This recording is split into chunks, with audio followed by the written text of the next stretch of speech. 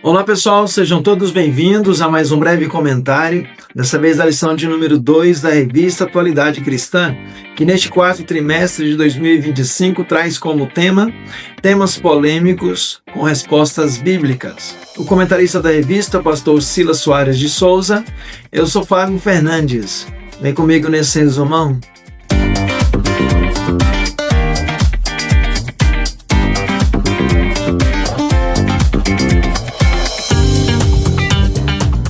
Pessoal, o título da lição de número 2, Saul e a feiticeira de Endor. Em 1 Samuel, encontramos o trágico episódio em que o rei Saul, desesperado por direção diante da ameaça dos filisteus, decide consultar uma feiticeira em Endor, algo expressamente proibido por Deus. Disfarçado e longe dos olhos do povo, Saul busca falar com o profeta Samuel, que já havia falecido. A feiticeira realiza um ritual e um demônio aparece, aproveitando o estado de desespero e afastamento espiritual do rei. Usou mentiras para afundá-lo ainda mais no medo e na destruição. 3 personagens em destaque. O servo de Saul. É importante destacar que o capítulo 28 de 1 Samuel foi registrado por uma testemunha ocular, um dos servos de Saul, que o acompanhou a necromante. Muitas vezes, os servos eram estrangeiros e frequentemente supersticiosos, o que explica a persuasão do seu relato. Essa narrativa, que faz parte da história de Israel, por desígnio divino, foi incluída no cânon sagrado. A Bíblia é plenamente inspirada por Deus, mas foi escrita por homens que usaram seus próprios argumentos, estilos e experiência. Isso mostra que a revelação de Deus respeita e utiliza a instrumentalidade humana, sem comprometer a autoridade divina do texto. Saul consulta uma médium em Endor para falar com Samuel, que já havia morrido. Ele já havia desobedecido várias ordens de Deus e este havia se afastado dele. O Espírito Santo já não guiava e ele estava desesperado por direção e, diante da grande ameaça militar dos filisteus, não sabia como agir. Seu desespero aumentou, pois Deus não lhe respondia mais, nem por sonhos, nem por profetas, nem por Urim, o que reforçava seu sentimento de abandono. Apesar de ter expulsado os feiticeiros do país, cumprindo a lei, Saul contradiz sua própria ordem e consulta uma feiticeira, desobedecendo diretamente à vontade de Deus. Esse episódio marca um dos momentos mais sombrios da vida de Saul, quando ele já havia perdido a unção, o apoio divino e qualquer estabilidade espiritual. A feiticeira de Endor. Ela é descrita como uma mulher que morava na cidade de Endor, provavelmente ao norte de Israel, perto do Monte Tabor, e que possuía um espírito de necromancia, ou seja, praticava rituais para consultar os mortos, o que era explicitamente proibido na lei de Moisés. A feiticeira vê deuses subindo da terra e descreve um homem idoso com manto. Saul, sem ver, entendeu que era Samuel. Deus é o Deus dos vivos, como no caso de Abraão, Isaque e Jacó, e nenhum deles perdeu sua identidade após a morte. Seria contrário à natureza de Samuel, que pregou contra a consulta a espíritos familiares em vida, poluir-se dessa maneira após a morte. As mentiras que o demônio disse a Saul. Saul não foi entregue nas mãos dos filisteus.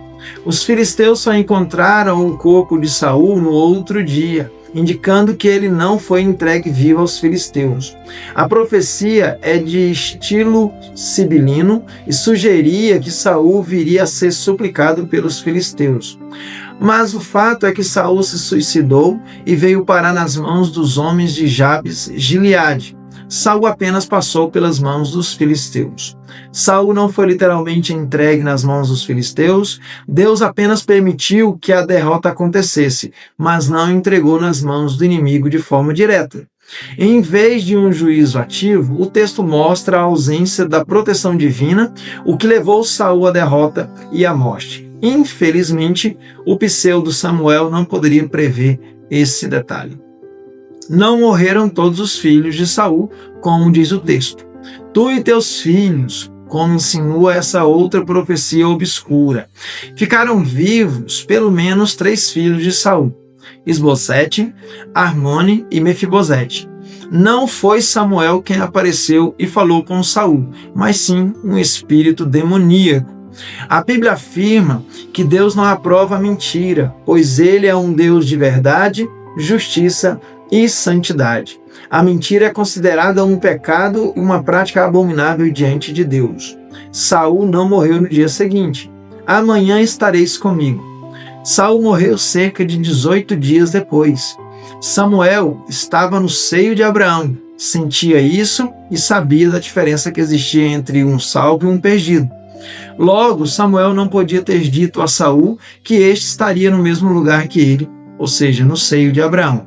Se Samuel tivesse desobedecido a Deus, passaria para o inferno, para estar com Saul? Ou então Saul, ainda que transgredindo a palavra de Deus e consultando a necromante, estaria com Samuel no seio de Abraão? Há argumentos que comprovam que não foi Samuel quem apareceu a Saul. Argumento gramatical. A Bíblia é clara quanto à questão de se Samuel falou ou não com Saul, fornecendo argumentos sólidos para refutar quaisquer afirmações hipotéticas ou alegações parapsicológicas a esse respeito. O texto deixa claro que o Senhor não respondeu a Saul de forma categórica e definitiva. O Senhor não lhe respondeu.